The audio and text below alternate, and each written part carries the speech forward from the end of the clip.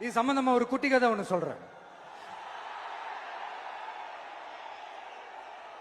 ஒரு நாட்டில் ஒரு ராஜா தனக்கு பக்கபலமா இருக்கிறதுக்காக, கூட துணையா இருக்கிறதுக்காக ஒரு தளபதியை தேடுறாரு.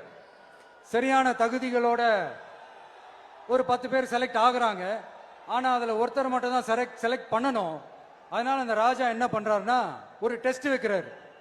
அந்த 10 பேர் கையிலையும் விதை நெல்லை கொடுத்து இதை நல்லா வளர்த்து கொண்டு வாங்க, ஒரு 3 மாசம் கழிச்சு வாங்கன்னு சொல்லி அனுப்பி வச்சிடுறாரு.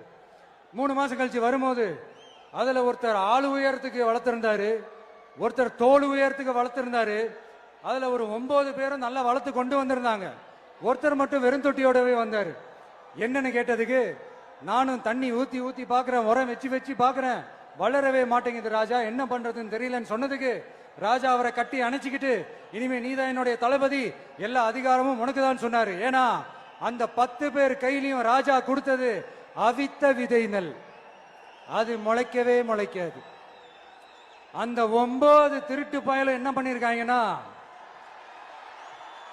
வேற விதை நெல்ல வாங்கி அதை வளர்த்துட்டு ராஜாவையும் மக்களையும் ஏமாத்திருக்கிறாங்க. ஆனா இவர் மட்டும் உண்மையை போட்டு உடைச்சிட்டார். அதனால ஒரு நாட்டுக்கு திறமை எந்த அளவுக்கு முக்கியமோ அந்த அளவுக்கு உண்மையும் நேர்மையும் முக்கியம்.